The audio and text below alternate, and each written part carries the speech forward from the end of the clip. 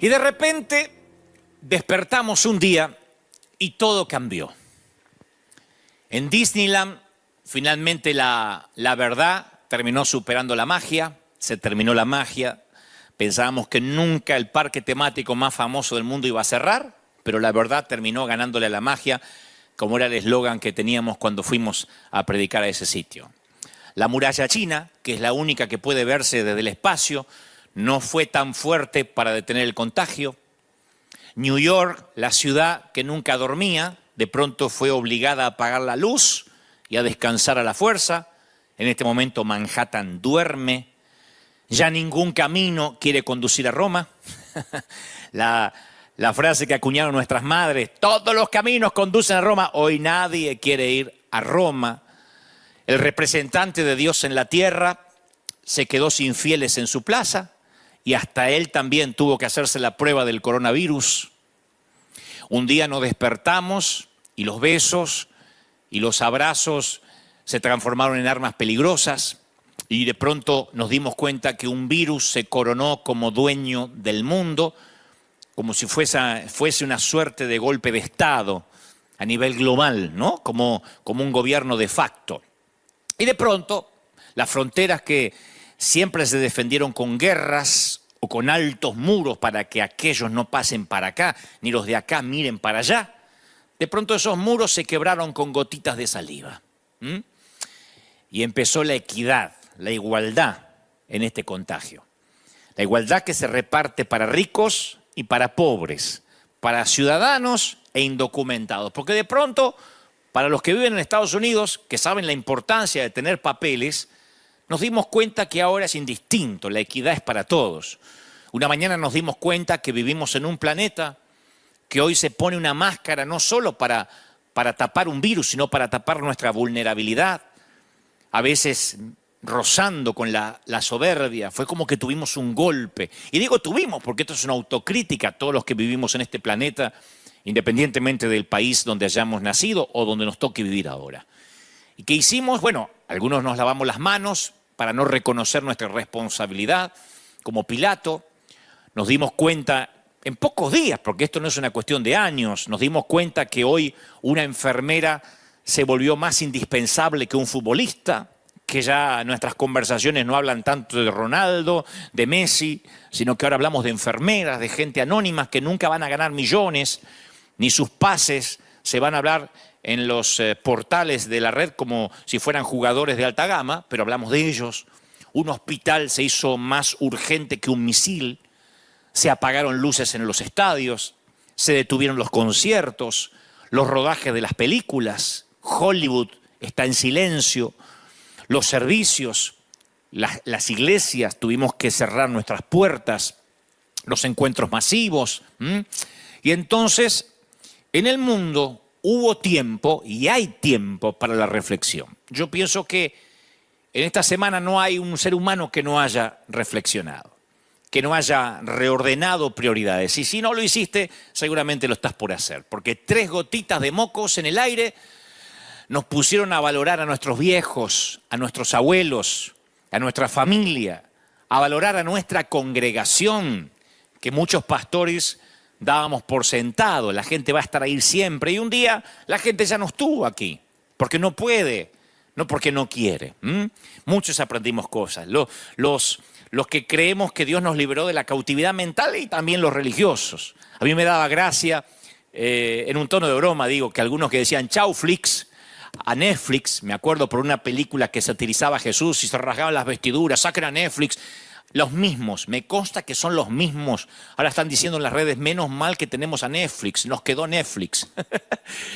Yo digo, los mismos religiosos que se rasgaban los vestidos, ahora volvían a suscribirse como hijos pródigos y Netflix los estaba esperando. Pero, digo, fuera de broma, fundamentalmente está pasando algo que solo ocurre, creo que en las guerras mundiales. El mundo entero está levantando los ojos al cielo. Yo creo que en las guerras mundiales pasa una cosa así, que el mundo entero está levantando los ojos al cielo. ¡Y qué paradoja! Justo ahora que las iglesias están cerradas, ahora que los templos, las sinagogas, las mezquitas, ahora que todas las religiones tienen que cerrar sus puertas, Es cuando la gente está buscando a Dios. O sea, Dios está demostrando que para que todos se vuelvan a Él, Él ni siquiera nos necesita a nosotros. No necesita nuestros edificios, es verdad. Dios no necesita, nosotros necesitamos el edificio. A mí me encanta River Arena porque es bonito, porque es lujoso, porque huele rico. Pero yo lo necesito. La gente, cuando tiene que buscar a Dios, en este momento no lo va a encontrar en un edificio. Y algo Dios nos empieza a mostrar. Hace poco yo vi a un ministro tratando de justificar que su congregación siempre fue la única que tenía o que tiene la sana doctrina, pues siempre hay.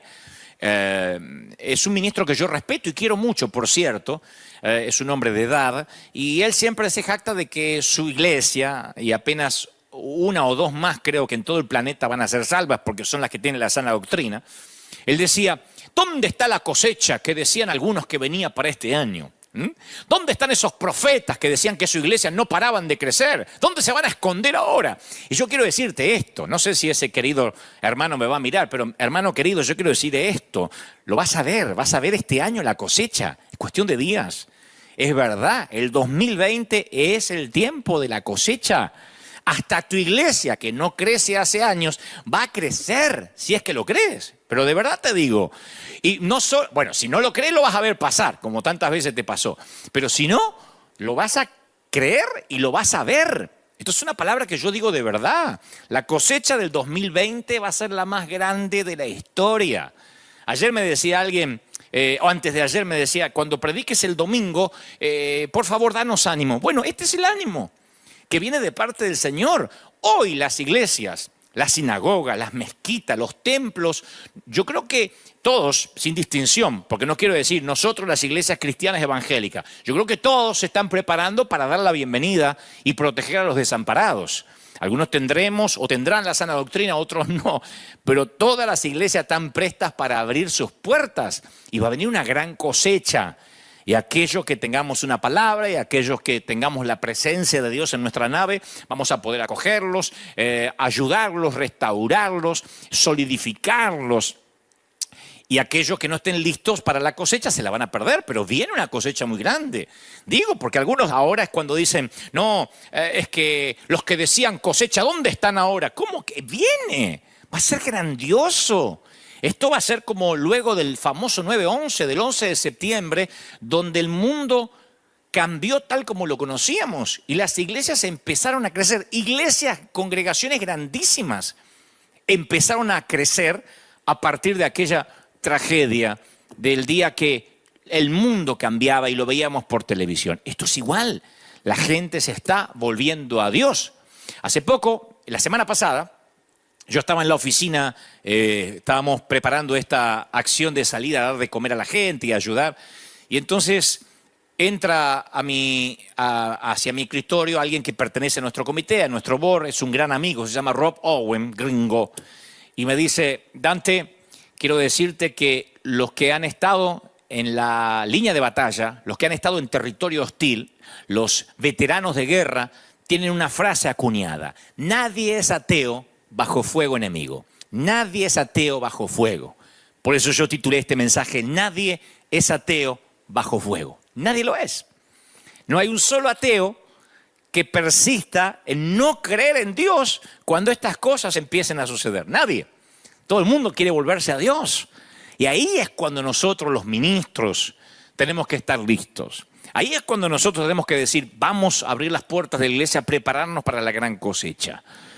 Yo no quiero tratar de empobrecer más tu día, no quiero entenebrecerlo más, no quiero que sientas que tu día se va a hacer más miserable que a lo mejor la desesperanza que ya tienes. Pero para muchas personas la muerte es el temor final y es la gran incertidumbre. Cuando alguien muere, por lo general oímos que mucha gente dice, no, es que está en un lugar mejor, pero antes de que murieran tratamos con toda la fuerza de orar para que no se vaya a ese lugar mejor.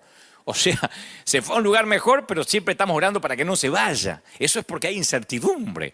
Woody Allen, el famoso actor, dijo alguna vez, yo no quiero vivir en los corazones de mis compatriotas. Porque le dijeron, si mueres heroicamente, vivirás en los corazones de tus compatriotas. Y él dijo, no, yo lo que quiero vivir es en mi departamento. Yo creo que nadie tiene ganas de inmolarse.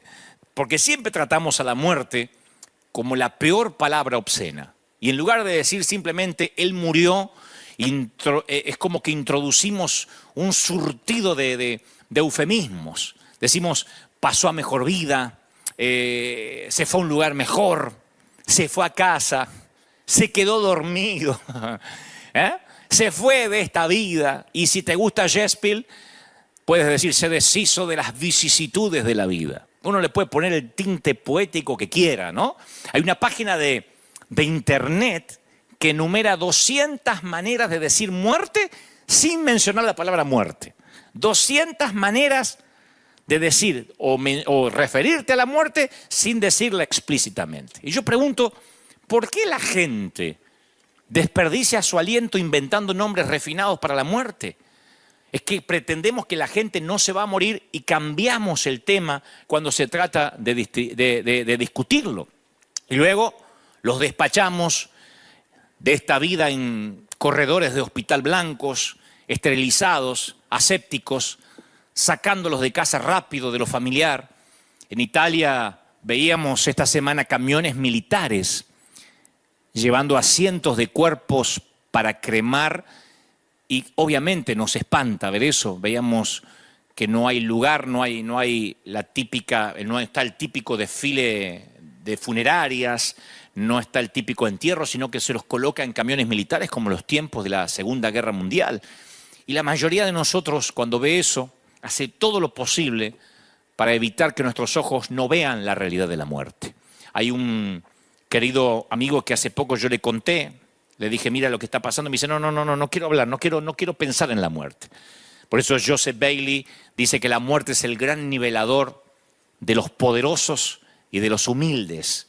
La muerte no tiene favoritos y por sobre todo no hace tratos.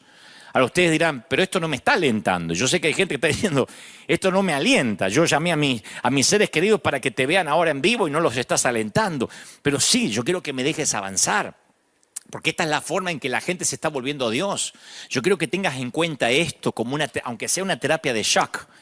El mismo día que en Italia, como pasó, si no me equivoco, creo que el viernes o ayer sábado, en el mismo día que en Italia mueren 890 personas por este virus, 26.263 personas murieron de cáncer, 24.641 murieron de enfermedades cardiovasculares. 4.000 personas, 4.300 para ser exactas, murieron de diabetes. Incluso los suicidios fueron 28 veces superiores a las muertes por este virus. Los mosquitos matan 2.740 personas al día. No estoy inventando. Los mosquitos matan 2.740 personas al día. Los humanos matan en asesinatos 1.300 personas diariamente. Las serpientes matan 100 personas cada día. No estoy minimizando el virus. Lo que estoy diciendo es que la muerte no es un intruso recién llegado al planeta. Lo dije el domingo pasado. Esta pandemia es el efecto colateral de algo que nació en el huerto del Edén. Y si nosotros no nos cae esa moneda y pensamos que el intruso es la muerte, es el visitante nuevo del barrio, no estamos entendiendo lo que pasa. Todos los días mueren miles.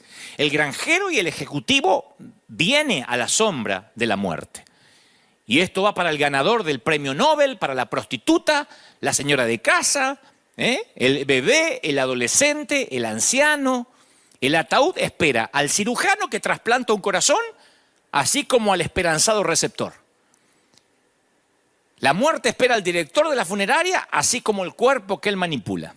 La muerte no elude a nadie. Y yo sé que justo ahora tal vez estés pensando en dejar de oírme, decir mejor me voy a escuchar a ver otro pastor que me dé un poco más de ánimo, porque Dante hoy no vino muy positivo. Pero sí, esto va a terminar en algo positivo. Quiero que todavía me des un voto de confianza, porque seguro estás diciendo, no, esto no me da esperanza. Ahora, ¿qué pasaría si yo te prometiera que podemos cambiar para siempre la manera en que miramos la muerte y quitarla de la categoría del temor? Especialmente los que decimos que creemos en Dios. Yo creo que la muerte está ocupando mucho espacio en tu armario, en tu closet de ansiedad.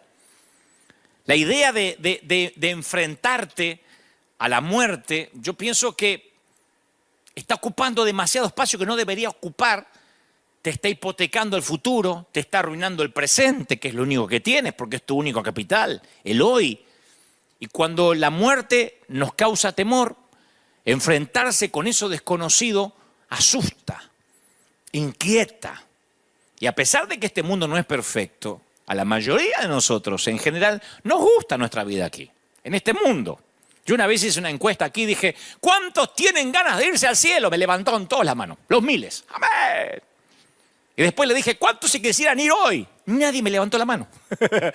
O sea, como dice un contador de cuentos en Argentina, Luis Landricina, el querido Luis Landricina, todos creemos en la vida eterna, pero nadie tenemos apuro, ¿no? Yo creo que soñamos con cosas que queremos hacer aquí. Y todavía queremos tiempo para disfrutar de la familia, para disfrutar de los amigos.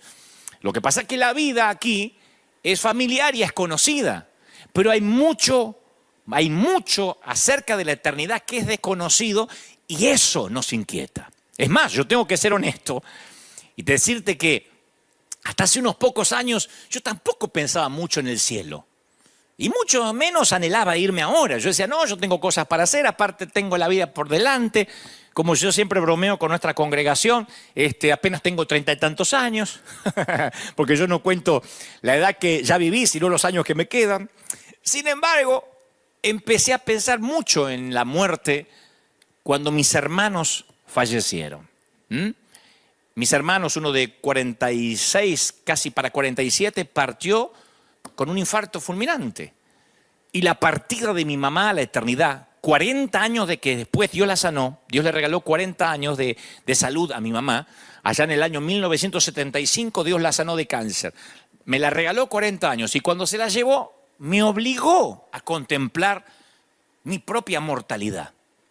Porque yo también pensaba que nadie se iba a morir en casa. Estamos acostumbrados a la vida, nacer es normal, respirar lo es, reír, abrazar, besos a la hora de ir a la cama es normal. Pero no fuimos hechos para decir adiós. El plan original de Dios no tenía despedidas. Nada de última exhalación, de crematorios, de último latido del corazón. El plan original de Dios decía nada de virus, nada de mocos que pueden contaminarte, nada de mascarillas o tapabocas. La muerte es el intruso en la historia, desde el huerto del Edén. Pero esto no es que yo estoy cambiando el mensaje ahora, lo decimos cada domingo. La muerte es el intruso de toda la vida, el polizonte en nuestro barco, el que no encaja. ¿Por qué Dios habría de darte un compañero de vida para luego llevárselo? ¿Por qué Dios va a llenar una cuna para luego vaciarla? Me lo preguntan a diario, los mismos que se congregan aquí en River Arena. No importa cómo lo pongas, el adiós no tiene sentido. Y para algunos la palabra Dios es el desafío de su vida. Porque pasar por esto es pasar por tiempo de soledad, de pena. Yo sé que hay gente que tiene ahora la esperanza drenada. Se le drenó la fortaleza. Hay gente acá que me está mirando en cualquier parte de Italia, que hablaré de eso en unos momentos, a Argentina, a México. Ahora no hay países que estén escapando a esto. Yo sé que hay gente que no le pasa esto ahora, que ya hace años que duermes solo en una cama para dos, que te mueves por tu casa en medio de un aplastante silencio, o que te sorprendes pronunciando su nombre o tratando de tomarle la mano por la noche buscándolo en la cama cuando ya no está. Yo estoy hablándole a la gente cuya muerte inesperada de un ser querido te agotó el espíritu. Y te sientes aislado como si estuvieses en cuarentena mucho antes que lo determinaran los gobiernos. Me escribió esta semana una dama que me dice, Dante, antes que mi presidente decretara la cuarentena, yo ya vivo en cuarentena hace años. Salgo nada más a la tienda o al mercado a comprar lo que necesito, pero tengo una cuarentena en el alma. Para muchos se sintieron como gatos encerrados. No puedo ir a jugar a la pelota, no puedo ir al bar, a los amigos. Otros dicen, yo, a partir de esa muerte, Vivo en una pena continua, en un dolor continuo, en una cuarentena que no se me va. Y entonces esta palabra es para ti. Esta palabra es para los que la muerte no le es alguien nuevo. No le es alguien que apareció ahora junto con las noticias en CNN o con los comunicados de prensa del presidente. Hay de los que dicen, sí, yo sé lo que la muerte duele. La Biblia no teme hablar de la muerte, porque la Biblia la llama por lo que es. La palabra muerte aparece cientos de veces en nuestras escrituras.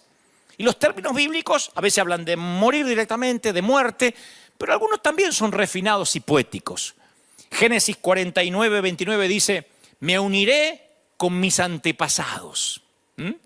Te recogeré con tus padres y serás llevado al sepulcro en paz. Dice Segunda de Reyes 22, 20. Y el siguiente versículo yo creo que es, a mi humilde criterio, el más bello en cuanto a lo que la Biblia menciona respecto a la muerte. Dice, al Señor le conmueve profundamente la muerte de sus amados. Salmo 116, 15. El escritor de los Hebreos lo resume sin rodeo. Dice, cada persona está destinada a morir una vez y después vendrá el juicio. O sea que la cuenta regresiva para la muerte comienza desde el nacimiento. Y diré esto, aunque no suene correcto, tú y yo estamos muriendo en este mismo momento. El reloj de arena nunca sube, siempre baja. El calendario va de izquierda a derecha y de enero a diciembre, nunca al revés. El tiempo no tiene botón de rebobinado. Estamos todos los días envejeciendo un poco. Y aunque la muerte comienza cuando nacemos, la vida comienza cuando nacemos de nuevo mediante la fe en Cristo. Por eso es vital que ahora todo el mundo levante los ojos al cielo. Qué paradoja cuando las iglesias están cerradas. Pero los que podemos predicar en línea, que hay muchos pastores que lo están haciendo, tenemos que decirle a la gente, este es el momento para nacer de nuevo. Porque muchos cristianos tienen la noción equivocada que la vida eterna va a comenzar cuando mueran. Y la vida eterna comienza cuando nacemos de nuevo, cuando aceptamos a Jesús en el corazón, cuando nos arrepentimos de los pecados, cuando lo reconocemos como su suficiente Salvador. Este es el momento de hablar de evangelismo. Yo decía el domingo pasado, este no es el momento de disculpar a Dios. No tenemos que ponernos frente a una cámara a reprender espíritus de coronavirus, que esto no viene de Dios, que esto viene del diablo, porque eso hasta hace ver pusilánime a Dios. Como que esta pulseada la está ganando Satanás. No hay que disculpar a Dios. No, este momento hay que predicar de salvación, de volver a Dios. Hay que decir, podrías morir, porque todo el mundo está muriendo. Sea por el coronavirus, por el cáncer, por la diabetes, porque te pica una serpiente, porque resbalas en la bañera, por una ACV, por lo que sea. Porque te asesinan para robarte algo. Todo el mundo se está muriendo. Y puedes que te vayas a la eternidad sin Cristo. Por eso Jesús lo define de esta manera. Él dice, la manera de tener vida eterna es conocerte a ti y al único Dios verdadero y a Jesucristo, a quien tú enviaste a la tierra, dice Juan 17:3. O sea, que si conoces a Dios a través de Jesucristo, entonces empiezas a vivir la vida eterna ahora mismo, aunque no hayas muerto físicamente. Y eso es lo que tenemos que decir. Y que si experimentas la vida eterna ahora mismo, la muerte no es más que una interrupción de una vida que no tiene fin. El Nuevo Testamento está lleno de pasajes que transmiten esta perspectiva positiva y transitoria acerca de la muerte. Jesús se refiere a la muerte así, dice, los ángeles, le voy a decir cómo Jesús literalmente se refiere a la muerte. Los ángeles lo llevaron a estar con Abraham. Lucas 16, 22. Los ángeles los llevaron a estar con Abraham. No dice, murió y en medio del dolor y el trance. No, los ángeles los llevaron. Como quien se toma un bus. Jesús le dice al ladrón que se arrepintió y que murió a su lado, te aseguro que hoy estarás conmigo en el paraíso. Hoy. Ni siquiera que vas a estar por ahí dando vueltas como un alma en pena o que vas a pasar por el purgatorio. Hoy estarás conmigo en el paraíso. Pablo lo define como estar fuera del cuerpo terrenal, en el lugar celestial con el Señor, 2 de Corintios 5:8. O sea que Jesús describe la separación de la muerte como algo meramente temporal. Él dijo, ya dentro de poco no me verán más, pero después me van a ver de nuevo. Juan 16, 16. O sea, la muerte no es algo que haya que temer, sino un viaje que se inició al nacer. El problema no es esta muerte, sino la segunda muerte. No me voy a poner muy teólogo ahora, porque sé que hay mucha gente que por primera vez están oyendo esto, pero hay una última forma de muerte, la segunda muerte, que es la exclusión total de Dios. La Biblia dice, y el mar entregó sus muertos, y la muerte y la tumba también entregaron sus muertos, y todos fueron juzgados entonces por lo que habían hecho. Porque el mar entregó sus cadáveres, porque la tierra entregó sus cadáveres. Entonces la muerte y la tumba fueron lanzados al lago de fuego. Y este lago de fuego es la segunda muerte.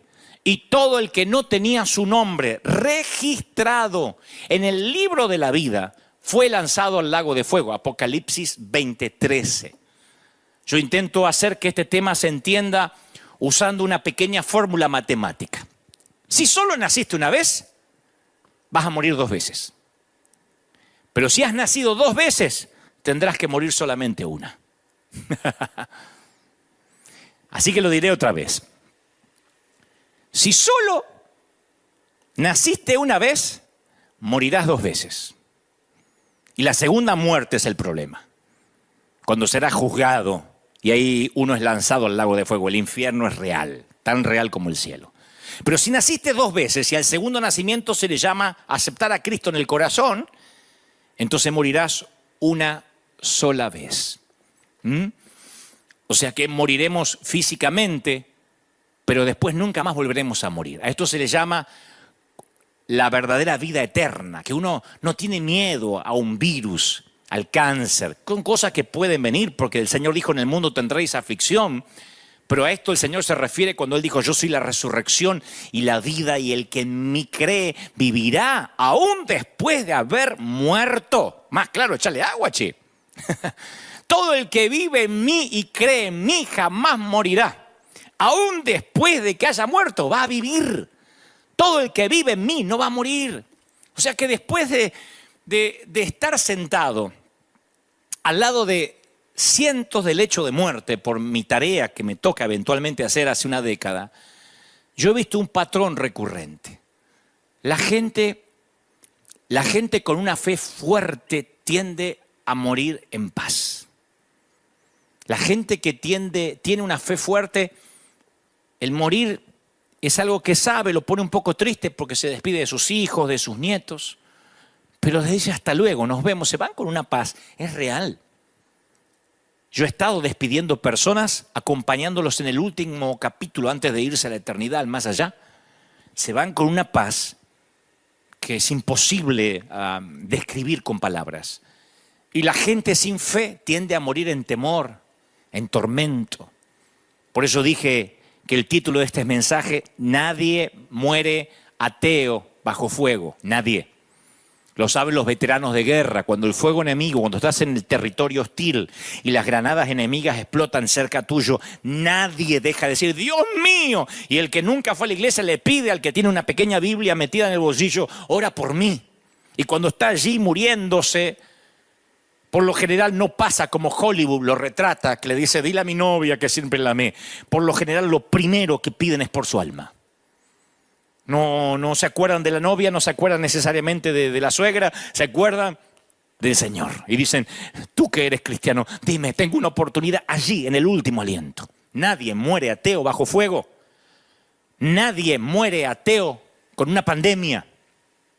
Entonces, si nosotros, los que predicamos, entendemos esto, estaremos ante las puertas de la mejor cosecha de la historia, del apogeo de la iglesia como nunca antes.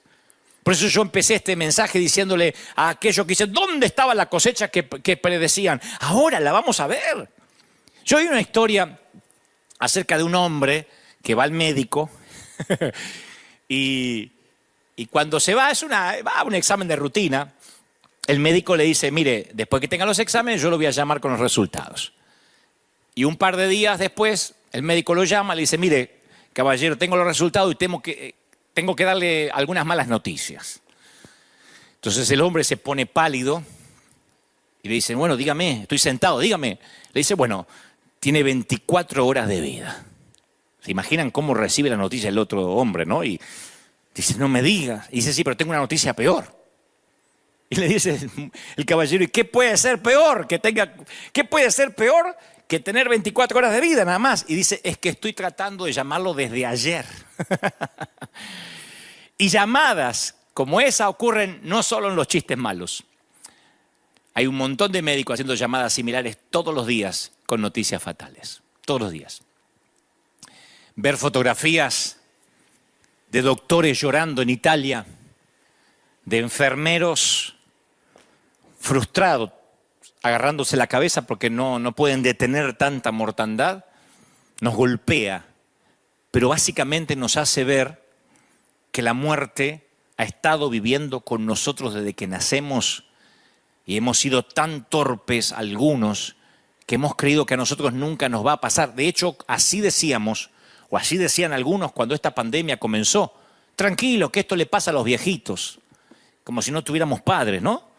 Como si nosotros mismos nunca fuéramos a ser viejitos. Pero un día ya no afecta solo a los viejitos, sino también a los jóvenes. Habrán visto que en Brasil tuvieron que llevar presos a un montón de jóvenes que se negaban a tener cuarentena o a quedarse en casa, iban a las playas diciendo, no, nosotros no nos afecta. Y de pronto empezaron a morir personas más jóvenes. Pasa con una pandemia, pero pasa aunque no haya pandemia. La palabra dice, necio, esta noche vienen a perderte tu alma. Pero uno está comiendo, bebiendo, como los días de Noé, sin pensar que la muerte está allí, es el vecino de al lado. Es el matón del barrio que tarde o temprano va a llamar a tu casa. No quisiéramos tener nuestra vida, nuestro hogar, nuestro alma eterna en orden para que cuando ese momento llegue nos vayamos con él en paz. Yo creo que si eres un cristiano que sigue preocupado en cuanto a la muerte, incluso un poquito, necesitamos hablar de esto. Yo me sorprendí mucho leer a muchos cristianos decir, no salgas a darle de comer a la gente, te arriesga, pastor, no tienes miedo. Pero me lo decían con miedo, no como un tema de prevención. Y yo le respondí, sí, tomamos las precauciones necesarias, no somos unos kamikazes, pero hay dos maneras de enfrentar el futuro, con miedo o con fe. El futuro, las pandemias, la vida, el matrimonio, los hijos, el funeral, todo. O con fe o con miedo. Entonces, puedo comprender que los ateos ahora tengan miedo y vamos a capitalizar ese miedo, aunque suene feo, para conducirlos a aquel que quita el temor. Pero no puedo entender que aquellos que se congregan domingo tras domingo, que se saben todos los coros de Hillsong, de Jesús Adriano, de Menganito, de Elevation, estén con miedo. Ay, y si nos agarra la pandemia, a miedo, de verdad tienen miedo a morir. No estoy diciendo que no se prevengan. Soy el mismo tipo que dijo el domingo pasado, prevenir es como ponerse el cinturón de seguridad cuando uno sube al auto o al avión. Está bien, pero de ahí a que nos muramos de miedo, a que tengamos temor. Si nuestra vida está en orden, ¿por qué deberíamos tener temor? Cuando Jesús salió de la tumba abierta el domingo de resurrección, la derrota de Satanás fue total. Su arma de muerte había sido destruida. Y ahora Satanás tiene que conformarse con ganar las batallas chiquititas, las pequeñas, porque la guerra que comenzó la perdió para siempre. La última esperanza del diablo es convencerte en que vivas como si la victoria de Cristo nunca hubiese ocurrido. Al enemigo le encantaría que estuvieras esclavizado con temor a la muerte. Cumple la cuarentena, pero no tengas temor. Porque si tú le temes a la muerte, tu miedo se basa en una mentira. La muerte es devorada por la victoria de Cristo. ¿Dónde está muerte tu victoria? ¿Dónde, oh muerte, tu aguijón? ¿Dónde está sepulcro tu aguijón? Yo estoy convencido que nada nos va a separar de lo que Dios hizo por nosotros. Nada nos puede separar. De hecho, la palabra lo dice claramente, ni la muerte, ni la vida, ni los ángeles, ni demonios, ni los temores, ni las pandemias, ni las preocupaciones del mañana, ni los poderes del infierno nos van a separar del amor de Dios. Ahora es cuando todos en las casas deberían repetir estas palabras. Tanto que a los pastores nos gustan decir, dígale al que está a su lado. Ahora deberíamos repetir. Ningún poder en las alturas, ni en las profundidades, ni nada en toda la creación podrá separarnos del amor de Dios que es revelado en Cristo Jesús nuestro Señor, le dice Pablo a los Romanos, Romanos 8:38. Entonces uno como cristiano ahora tiene que decir, bueno, a ver, ¿qué nos está mostrando el Señor? Digo a los cristianos, que nadie muere ateo bajo fuego.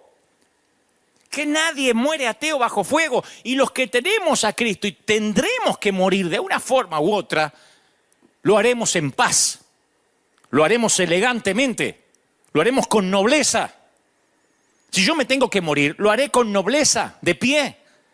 Sea con una ACV, sea con un cáncer, con la pandemia, voy a prevenir como me prevengo siempre y cuido mi salud, porque este es el templo del Espíritu, pero sin miedo, sin temor. La iglesia es la que tiene que tranquilizar a la gente. Y Dios se ocupó que nuestros edificios por ahora estén cerrados, de modo que nosotros como iglesia podamos tranquilizar a la gente a nivel vecino, en la calle, si nos toca ir a la tienda, a la farmacia, no sumarnos al temor. Porque si nos hubiésemos quedado dentro de los edificios estaríamos repitiendo las mismas frases absurdas de que Dios está contigo, que nada te va a pasar, que la sangre te cubre, empodérate. Ahora no estamos en los edificios, hay que convivir con los que tienen miedo. Y tenemos que decirle que no hay que temer. El 7 de diciembre de 1941, el reverendo Peter Marshall tuvo un discurso a los cadetes de Annapolis. Fue cuando ocurría el famoso Día de la Infamia, cuando se estaba desarrollando en Pearl Harbor, el momento literalmente que estaba en llamas por un ataque enemigo. Y entonces este oficial, que además es doctor, que además es reverendo, porque tiene todo, es un hombre que Dios lo ha usado mucho, además es militar, además sabe de medicina, dio el discurso a los muchachos que estaban allí, que iban a sacrificar la vida por el país. Y él cuenta una historia rápidamente de un niño moribundo, una historia real, un chiquito que tiene una enfermedad terminal, que le preguntó a su mamá, mamá, ¿cómo es morir? ¿Duele? ¿Va a dolerme morir? Y la madre suspiró, pensó un momento qué decirle, le dice, mira, ¿te acuerdas cuando eras más pequeño y jugabas mucho y te quedabas dormido en la cama de tu mami? Te despertabas de alguna manera y a la mañana te encontrabas en tu cama. Había pasado que tu papá llegó con sus brazos grandes, te había levantado, te había desvestido, te puso el pijama mientras dormías y no te dabas cuenta. Así es la muerte, es despertarte en tu propia habitación. Por eso tal vez creo que ningún versículo de las Escrituras nos va a dar una imagen más consoladora que aquel Salmo 23, el Salmo del pastor por excelencia, que ya lo saben, ¿no? Aunque ande en valle de sombra y de muerte, no temeré mal alguno porque tú estarás conmigo. Tu vara y tu callado me infundirán aliento. Lo hemos dicho algunos desde la escuela dominical, pero nos cuesta entender que la muerte no es un destino, es un viaje. Cuando yo ande, cuando yo pase, hay una versión que David dice, cuando yo pase por el valle. David no ve la muerte como un destino, lo ve como un viaje, una travesía. No habla de una cueva, de un camino sin salida, porque yo he escuchado a muchos cristianos, no, esto es un camino sin salida y vamos a morir todos. Él habla de un valle. Y un valle es que tiene una abertura en ambos